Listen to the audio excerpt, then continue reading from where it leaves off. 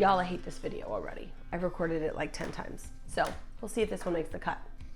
Okay, so I have been asked to talk about my schedule for homeschooling. So our schedule is very, very easy and simple, and we just make it that way because I'm not somebody to block schedule out like each subject.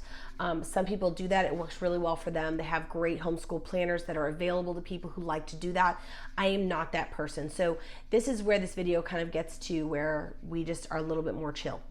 We will get up in the morning, we will make breakfast, we will do morning time devotional kind of with daddy and prayer requests and scripture memory, and then we'll do some sort of read aloud. This year, our passport to the world, which I showed in my curriculum videos, is what we are using as our read aloud this year versus a traditional read aloud because it allows us to learn about countries.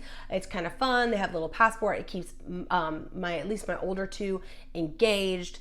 And so we're choosing to do that instead of a read aloud this year. And then there will be some worksheets that my older daughter will kind of do, and there's some recipes and stuff that I can plan to also make and incorporate. And then after we do that kind of time period, we go upstairs and we just do school. I don't have any like schedule of when we're breaking for lunch or what we're doing. It's like literally we just do it until we're done. And so I know that's not fancy. I don't have a block schedule to show you and be like, oh, this is the planner that I use. And this is, I don't have that.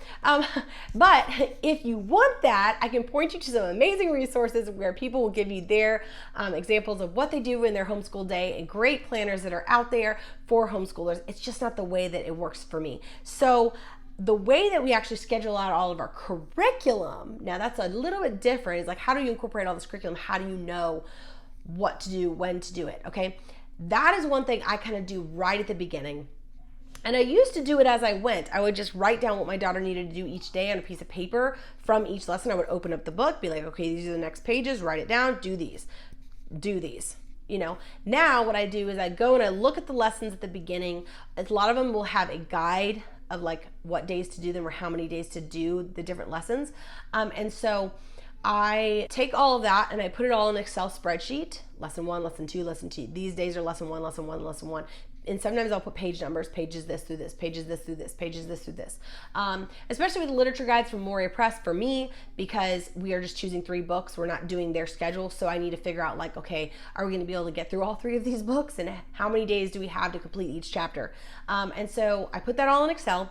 And then I block out the times that we do like, we know we're gonna take vacation. We school year round. So we already started school this week. And then because the summer is so brutal and we like to take more time off in the holidays, in the fall and in the spring when other kids who are out of school are not at the park, we like to take those times off. So we try to school in summer. And honestly, next year, I really hoping to start more like in June versus even July.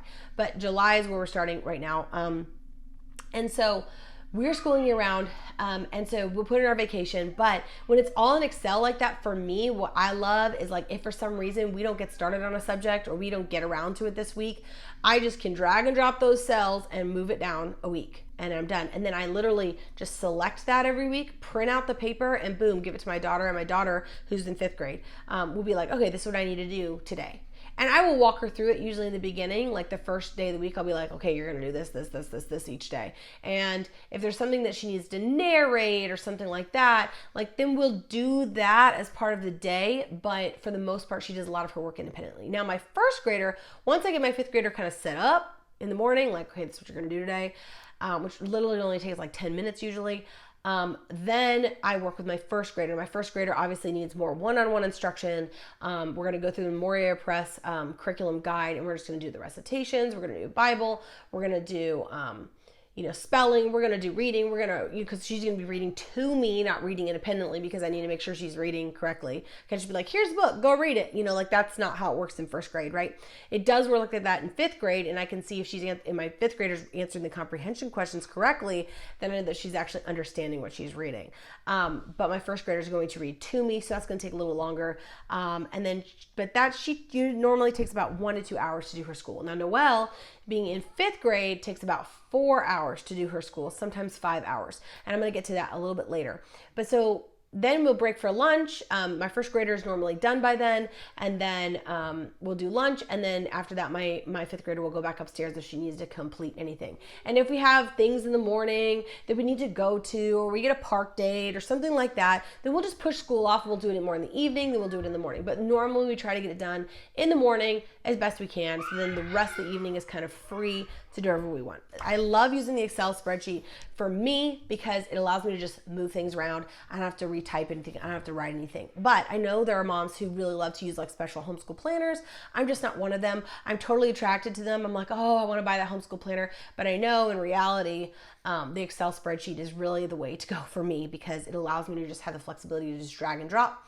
And I also know, like, if I see a curriculum that's only 120 lessons, I don't have to do it every single day. If I have a curriculum that's only 14 lessons, I'm doing that, like, 2 days a week, maybe, if that. So now let's talk about time, the amount of time that I spend with each of my kids doing homeschooling. So I've seen some Instagram influencers out there, and this is where I would say I might actually frustrate some people. So I'm a second generation homeschooler. I was homeschooled from second grade all the way through graduation. And I know that homeschooling has exploded since 2020. And I'm so happy about that. I think it is amazing that homeschooling has exploded. However, I am also seeing a lot of people out there putting out their kind of opinions on homeschooling, their thoughts on homeschooling, who don't necessarily have experienced homeschooling all the way up through high school. They will say, I've seen some things that are like kindergarten through fifth grade only needs 2 hours of schooling a day. I disagree with this statement. And here's why. I think that's absolutely true for kindergarten and first grade. Absolutely true. 2 hours even might be a little too much, especially for a kindergartner, okay? But for a fourth and fifth grader, I disagree. And here's why. When I add up the time that it takes to do all the subjects, you're definitely looking at 3 to 4 hours. And that's if everything goes smoothly. Because we're going to have math, which is 30 minutes. We're going to have reading, which is going to be 30 minutes to maybe more, depending on the book. So if she's reading The Hobbit, she's reading, that's going to take a while. The Hobbit is going to take an adult 30 minutes to read, okay? A chapter probably. And then do comprehension questions.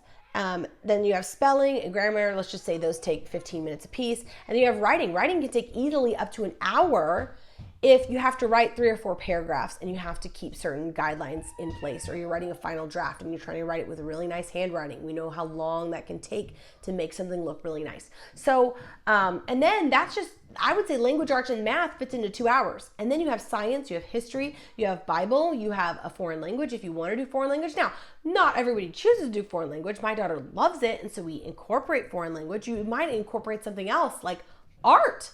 Art can take 15 to 30 minutes too, and we do Bible because we do Bible in addition to our devotional in the morning. So because I want my kids to understand the historical context of the Bible, how to defend the Bible. There's a lot more than just like the faith-based aspect to the Bible, which is more so that beginning part is how it applies to your life. But what we study in the school section is kind of like the books of the Bible, who wrote them, when were they written, what are the main topics in this? And so that can take 30 to 40 minutes depending on the curriculum you use. Like the elementary apologetics, I believe it says it takes 30 to 40 minutes because you're looking up different Bible verses, things like that. Science and history can take 30 to 40 minutes. Now, usually you alternate those. You're going to do one or the other. You're not going to do both on the same day, but they can definitely take 30 to 40 minutes. So I disagree with this concept of it's just 2 hours. Because here's the thing, I want to be honest with you. I don't want to lie to you. I don't want you to act, I love people who are homeschooling, but at the same time, it's like saying, have a kid, it's easy. You're going to just love it. That's true. You're going to love the child. They'll be like, it's life-changing. It's the best thing in the world. It's so easy. Is it easy? No, it's not easy to have kids. It's a self-sacrifice every day. Is it worth it? Absolutely. I'm all about it being God's, direction for Christian parents to homeschool. However, I also don't want to come at it and make you have false expectations. It's only going to take 2 hours and be super simple. Now, kindergarten might be super simple like that. But to be truthfully honest, fifth grade is going to be, now my daughter does most of her work independently. So it's not me that's there with her. She's doing it independently, but she also is there's a lot of work that needs to be done, and she is learning to be a good student, and she's learning how to learn. The thing is that I also think it's very important as homeschoolers, and I've seen a lot of newer homeschoolers kind of taking more of like a less is more approach, and I agree less can be more, but I also think we do want to make sure, and as much as academics in my opinion is not the goal of homeschooling, I do not think it should be the goal of homeschooling. I've talked about this in several other videos and in my podcast. I do think though we have to make sure that we do maintain high academic standards. Why? Because this is part of why homeschooling is still legal in the United States. We have a good track record of having excellent academics, so they really can't come at us from that angle, which would be the easiest angle to come at homeschoolers from. So if we start falling down on that, I think we easily could see them being like, look, they're falling behind. We need to do more testing. We need to have more rigorous controls. We need to control the curriculum, et cetera, et cetera. So I think it is important that we don't just say, hey, it's only, now, if you are the kind of mom, and I'm gonna give you this caveat, who's like, let's go out in the garden and let's pull a tomato and let's look up the scientific name for it and let's see how it kind of tracks and let's talk about the type of, seeds that it has and the type of leaf that it has, and let's do some leaf imprintation, and you're that kind of person who's integrating it really into everyday things. And I mean, we do incorporate some of that like when we bake and stuff, but I mean like really incorporating that, then good, that's awesome, that's great for you. And I think you could be in that 2-hour zone because you're incorporating it kind of throughout your day. I'm not like that, and I don't think a lot of homeschoolers are going to be like that, and I think sometimes that can add a major burden to like your everyday tasks. You're like, okay, we need to do the laundry, but let's measure out the soap. Let's talk about how soap foams. Why does soap foam? How does soap remove dirt? Like, let's look at it from a scientific perspective. I think that's awesome when you can do that. I'm not that mom, and I am also not incorporating history into a lot of my stuff. So these are going to be subjects we're going to do as part of school. And so I just think that needs to be kind of a caveat when you see things on Instagram or floating around. They're like, you only need to be doing 2 hours of school. Your kids need to be going outside and playing. Yes, they do. But at the same time, we also do need to maintain high academic standards. And so we do that. Now, sometimes we'll go out to the park and we'll do our school at the park.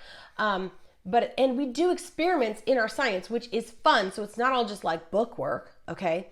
But at the same time, I don't want to create false expectations for like what homeschooling should kind of be. If you have any questions on this, like just contact me. Again, I'm not meaning to criticize anybody or come at anybody. I've just seen some of that floating around, and I think it can create some false expectations about what homeschooling is supposed to be like, especially in the older grades. Again, I totally agree with it for like kindergarten and first grade. Absolutely, it should not be a whole day thing. I think it's ridiculous that we send our kids to kindergarten for like almost all day. And then potentially some schools have homework. Like, that's insane. We don't have any homework. When we're done with our school, we're done with the school. Okay, so hopefully that kind of explains what we do and kind of my philosophy on homeschooling. It's kind of what I feel like my mom did, and it's kind of what we do, and it's worked for us. But you know what? It may not work for you. And that's the great thing about homeschooling, is you can kind of find your own path. And I hope you enjoyed this video. Leave me a comment down below with how you do homeschooling. I would love to know what works for you and your family. And again, this may change for us as we go forward in the future, as we get into more high school levels and those kind of things. But for now, this is what is working for us. And I hope to see you again next time.